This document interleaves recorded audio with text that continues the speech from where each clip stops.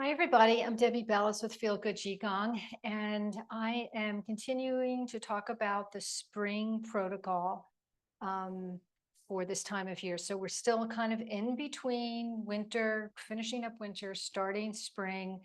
And it's a time of year you want to be really careful about what kind of movements you're doing because your body's probably still kind of cold from the winter.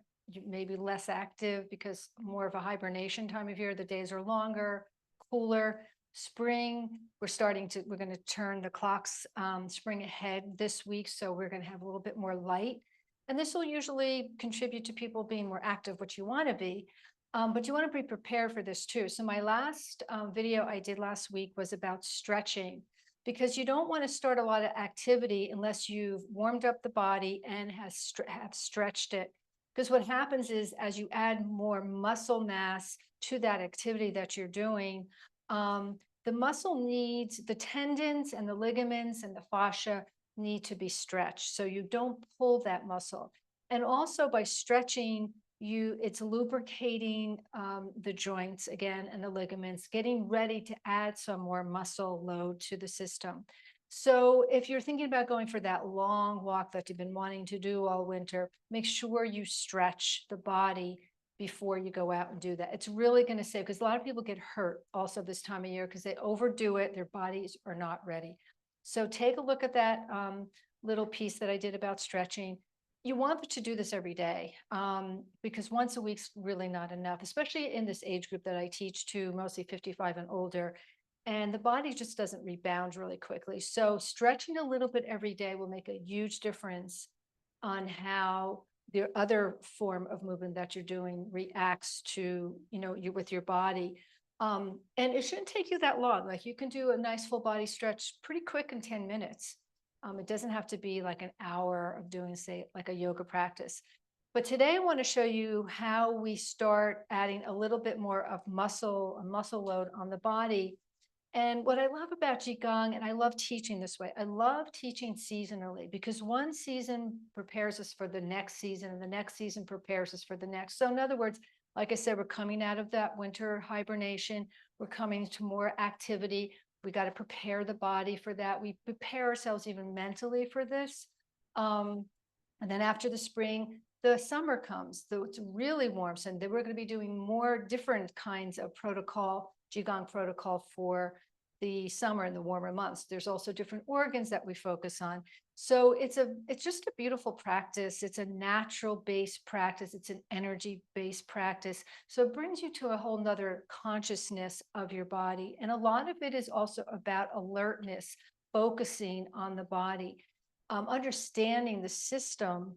And when we lose our focus, and this is also part of the protocol I'm going to teach today, if when we lose our focus, it just becomes another exercise. It just becomes something else to do.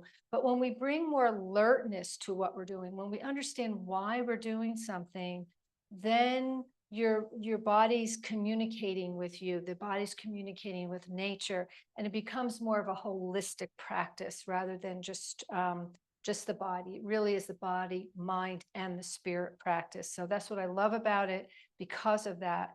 And working with an older age group too, your body will respond better to this whole concept, this whole practice. But anyway, just to get back to what we're going to be doing today, we're going to add, like I said, a little bit more muscle load, especially on the thighs, on the legs, as we're also stretching the upper body. So this is called 8 brocades. There's a little story about how 8 brocades originated back 1,000 years ago. It was a Chinese general that was trying to get his army not just more efficient, but also more strength and just a better way of preparing, for battle. So a lot of this protocol, you'll hear king draws its sword, king rides his horse with fiery eyes, pulling the bow to shoot the arrow, horse stance. So a lot of course, what they did, they rode horses back then, and they had a fight on a horse. So, when you think about that, the king has to draw his sword to fight. You're on this horse while you're doing this, or riding the horse with fiery eyes, being very focused. So again, that alertness of really focusing makes a big difference, even for yourself, even in this time, in this age. I notice too, when I focus a little, definitely focus in these particular postures, it kind of brings me out of all the noise around me. And as I'm focusing, it becomes a one pointedness, and the posture becomes even more fulfilling. And also it helps me to meditate when you bring your focus to one point. It also becomes a meditation in motion. So try it out, see how you do with this, notice how it feels. I highly recommend you stretching before you do any of this. You can look at my other video for that. This is called a horse riding stance, and it's important to really get this one down before you like move on with it. But the best way we can try this, let's bring our heels together and then release the heels, bring your toes out and then the heels. Now you might have to narrow this or expand it. Now you have to kind of play around it till you feel really comfortable with this. So you want to make sure that when you're bending the knees, imagining yourself on a horse. If you're a horseback rider, you know how that feels. Your inner thighs are going to get really strong, also part of the liver meridian. But you don't want to collapse in your ankles or in your arches or collapse in the knees. So you really want to be careful that you're externally rotating the inner thighs out. When you bend your knees, you want the weight more on your heels than on the front of the body. It's more on the back of the body. And you want to have your knee right underneath your heel.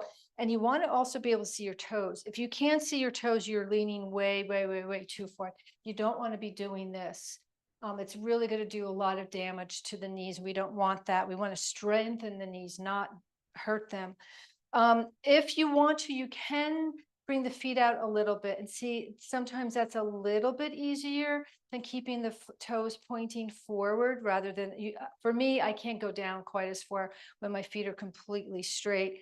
And for a while, I really had to do it more with my toes pointing out. So again, I want you, just kind of get a feel for that and notice, where is the right position for your horse riding stance. So this would be the horse riding stance. Again, it's similar to mountain. You want your legs to feel as strong as that mountain posture that we do a lot, where we're rooting down. You're rooting down here again, and you're still keeping that lengthening up. So let's just give this a go. Let's see how this is. So we're going to inhale, bring the palms of the hands together, then come into your horse stance, whatever feels comfortable for you for now.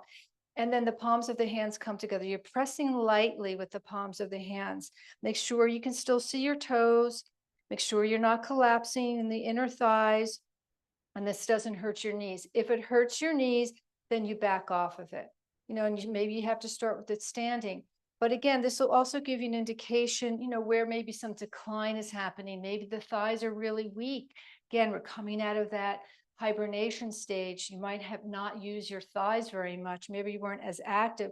So this is a good way to introduce a little bit more activity in the body with the horse riding stance. So we're going to bring the palms of the hands together, press lightly in towards each other, line yourself up, and you're just going to gaze with very soft eyes. Don't want to be straining the eyes, just a very soft forehead, very soft eyes, and gently just stare at the third finger. So it's the highest finger on the hand.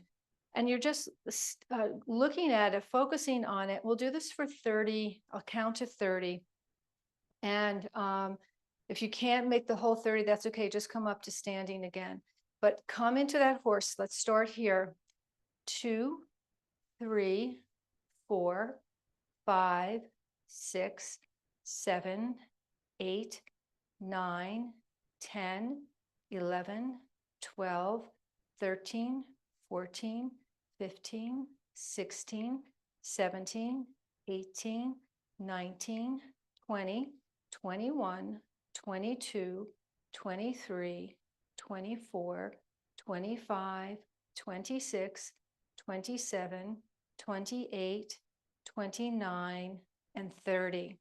And then release. So what number were you able to go to and to stay in that horse riding stance? So if it was only 10, then for the next time, see if you can go a little further. And if you just did that, once after you do your 10 minutes of stretching, your 5 minutes of stretching, just standing in horse stance, is a really good place to start cultivating some of this, using more activity in the legs, getting those ligaments and the tendons stretched out. Again, before you do this, just adding these 2 little routines will make a big difference. So let's try this again. We're going to inhale, palms of the hands come together, shift into those heels, and find your horse riding stance where it's not hurting anything. Again, if the knees are hurting, make sure you're not bringing the knees too far forward. You still want to be able to see your toes, and you're not collapsing, you're externally rotating, and you simply stand in horse riding stance and see how long you can do this. And you will notice a huge difference by just doing this. So this is the beginning. Next week, I'm going to add some more. We have King rides his horse with fiery eyes. That's another one that we're going to be doing. We'll do pull the bow to shoot the arrow is another one. And there's more after that. But again, this will help start getting some of that muscle toning in the legs. But remember, you have to stretch before you do anything else. Thank you so much for joining me. If you like my channel, please subscribe to it. I try to get something out once a week as we progress into the season of spring together. It'll start making sense as we add a little bit more and a little bit more. Thank you. Have a great day. Namaste.